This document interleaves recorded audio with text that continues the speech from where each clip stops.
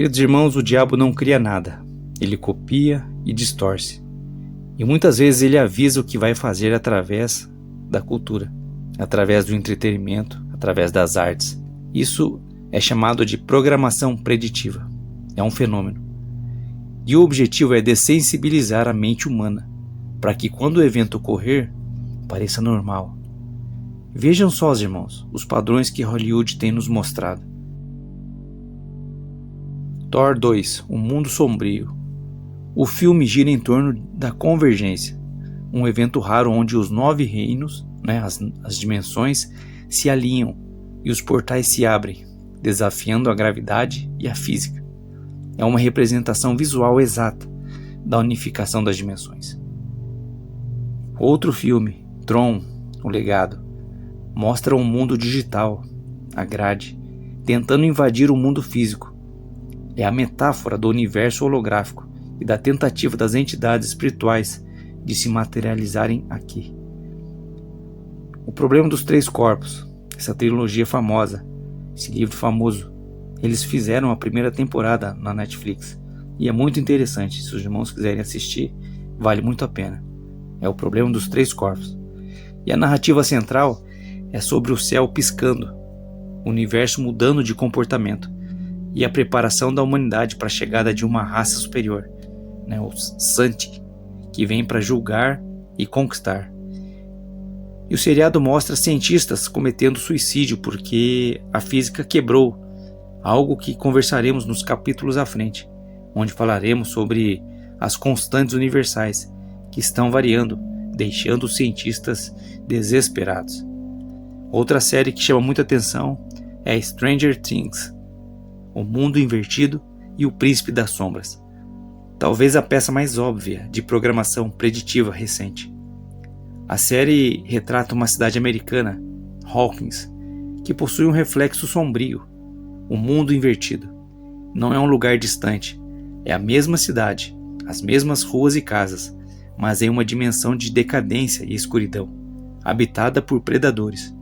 Isso é uma representação visual quase perfeita do que a teologia chama de segundo céu, ou a região das trevas onde habitam as hostes espirituais da maldade. Isso está lá em Efésios 6:12. A figura do vilão Vecna é a chave. Ele é uma entidade inteligente, que já foi humana, ou teve contato com a humanidade, mas que agora opera escondida nessa dimensão paralela. E ele usa a telepatia e o medo, uma frequência, para abrir pequenos portais na mente e na realidade física das vítimas. E o objetivo final de Vecna na série é causar fissura suficiente para que o mundo invertido vaze para a realidade normal, fundindo as 2 dimensões em um inferno na Terra. É exatamente o cenário da unificação, mas sob a ótica do inimigo. A tentativa de trazer o reino das trevas para a realidade física através do rasgar do véu. Esses filmes, meus irmãos, não são apenas entretenimento, são manuais de condicionamento. Eles preparam a humanidade para aceitar a unificação dimensional, mas sob a ótica de que precisamos da ajuda desses seres superiores, ou que devemos nos fundir com a tecnologia. Eu vi os mortos, grandes e pequenos, que estavam diante de Deus, e abriram-se os livros, e foram julgados pelas coisas que estavam escritas nos livros.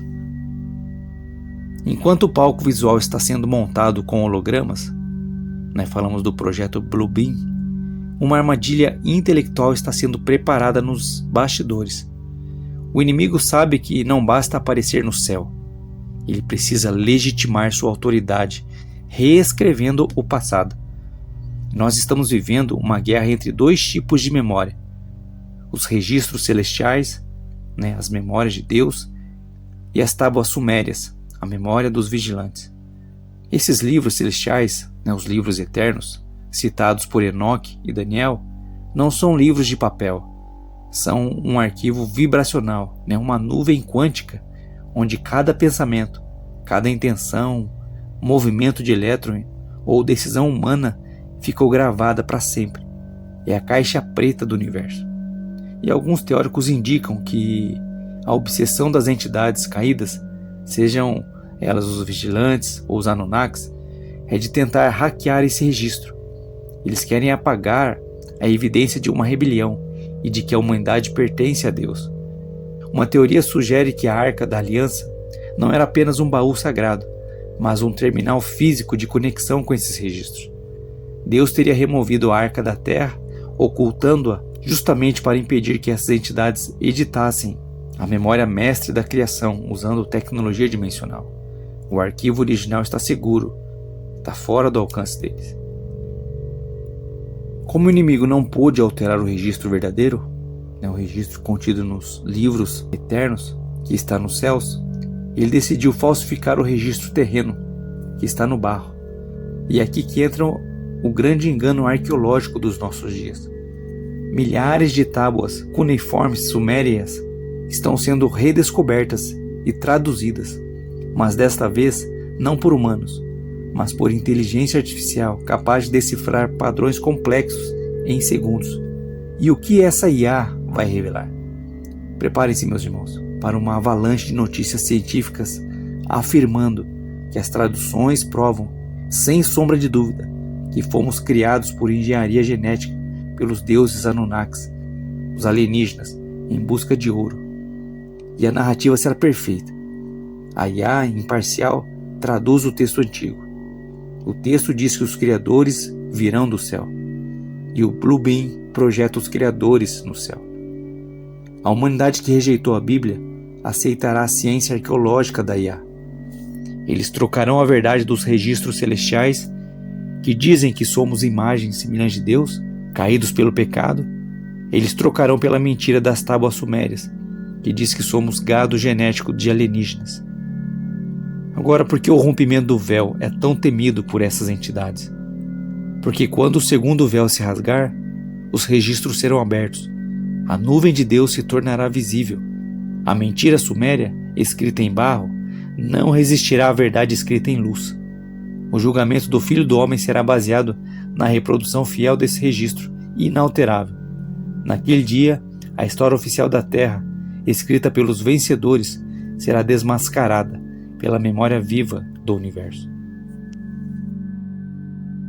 Agora, irmãos, diante de tanta informação, diante de tantas narrativas de engano, como não ser enganado?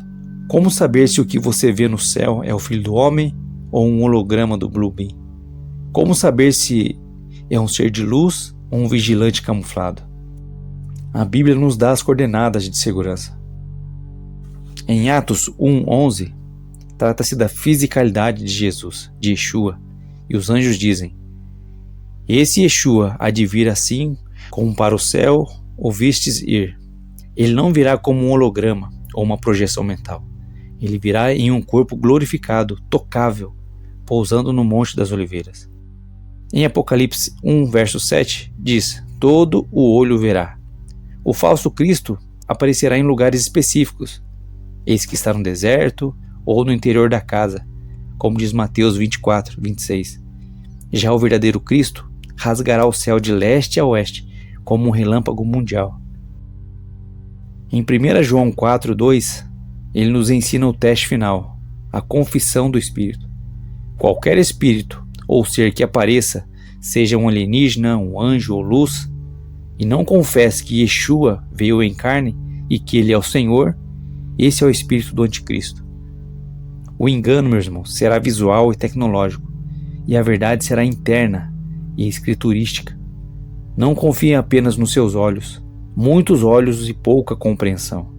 Confie na ressonância do Espírito Santo dentro de você. O verdadeiro rei não precisa de naves espaciais. Ele é o dono do universo. Ele é o dono do espaço. Muitos leem a parábola do joio e do trigo apenas como uma lição moral. Mas, à luz de Enoque e da biologia, ela é uma revelação genética. O Messias disse que o reino é como um homem que semeou boa semente, mas o inimigo veio e semeou o joio. O joio é uma planta que imita perfeitamente o trigo, em sua fase de crescimento, mas suas raízes se entrelaçam com as do trigo e seu fruto é tóxico.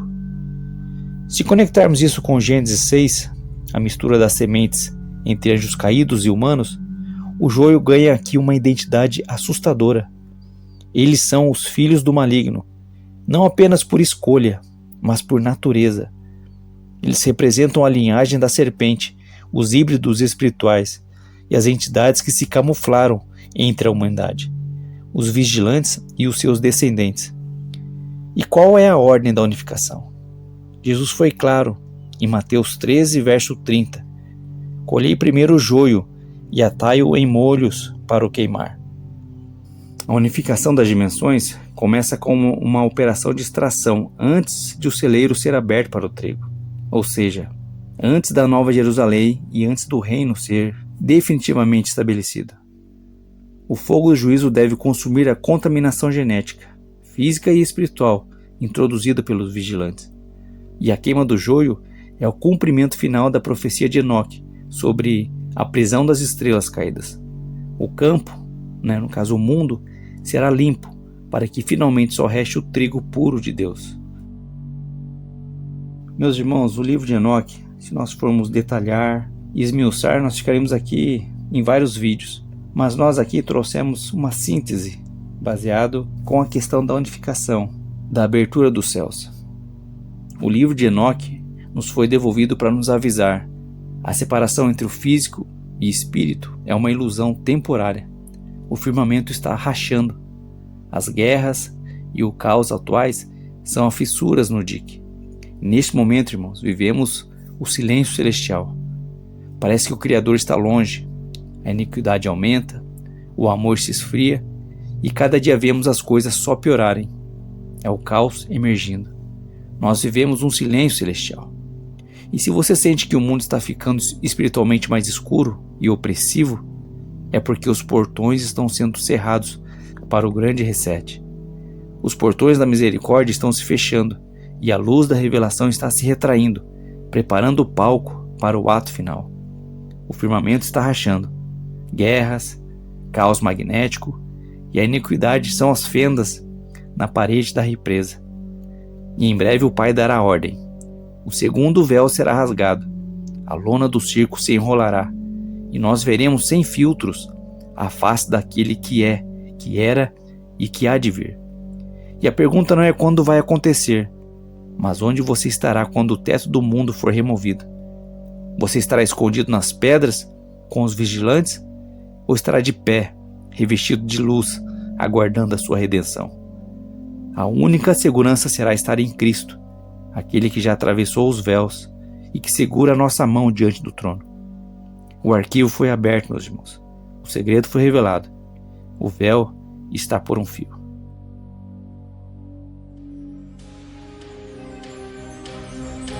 Continua.